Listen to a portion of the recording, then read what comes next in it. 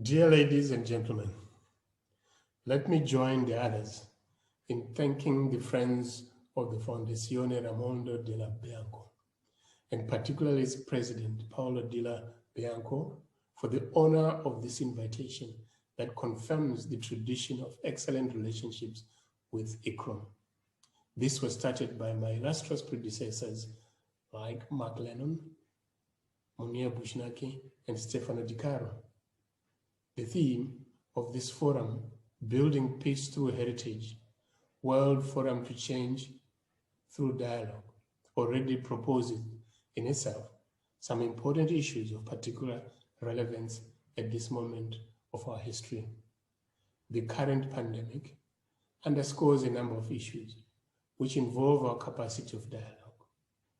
For ICCROM, as a cultural heritage institution, culture provides us with the basis on which we can begin to talk to each other and negotiate with each other to explore possible solutions. Today, we all know that cultural heritage and cultural industries are under threat from the pandemic. In the specific field of cultural heritage, museums have closed, heritage sites have closed too. But there are lessons to be learned and ways for cultural heritage in all of this. If we look at it very carefully, from the basis of the economy or even the political events, culture or cultural heritage is very critical. It provides the aspects, it provides us with the context in which we can begin to understand our world. I think we are all aware. Once most of our cultural heritage activities stopped, this affected not just our economies, but also our social being. The advantage of cultural heritage and culture itself is that it affects families. It is the very basis of our society. It affects neighborhood, and therefore it poses issues which we see as pertinent to day-to-day lives.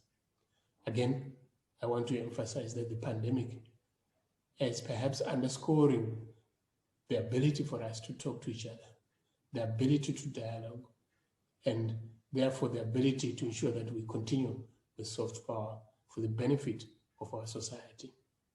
Obviously, over the years, cultural heritage benefited from cultural diplomacy, particularly in conflict areas like in Mali or the Middle East and others in the world, as well as in the areas particularly affected by climate change.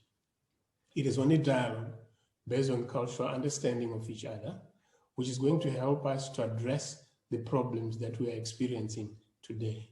And I want to emphasize that this can only work if we respect and if we understand each other. Cultural traits, cultural norms, and above all, respect ourselves and everyone in the world as a human being with all the rights which we should be enjoying. If we do that, if we respect each other, respect cultural norms and cultural traits from different societies, from different groups, then soft power will give us much more than what we have achieved today. I just want to end by emphasizing the fact that today we have seen, because of the pandemic, that cultural diplomacy has been facilitated by the digital platform. It has enabled us even to have this conference. It is enabling us to have more dialogue, more discussions, but it also exposed the problems that exist in our world, the divide between the North and South. I think it is important today that we understand each other. The digital divide which exists may actually threaten the very soft power which we are trying to do. Connectivity in the South has been exposed. We have tried to communicate and we have had problems. In the North, connectivity is not a problem. It is important that the issues are different between the South and the North. It is a question of security in the North. It is a question of choices between various digital platforms.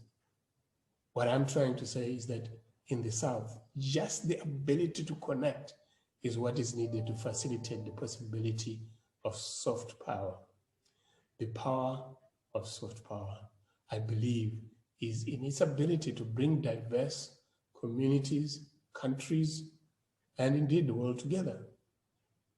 Once we are able to do that on an equal footing, then I think it'll be easy and much more fruitful for us to begin to address the challenges of climate change and many others which might come to us. It is important to say that climate change and the current pandemic will not be solved by one nation. It will be resolved by all of us together, emphasizing soft power to influence each other. On our own, we may go rapidly, but together we are more likely to find lasting solutions and sustainable solutions to our problems.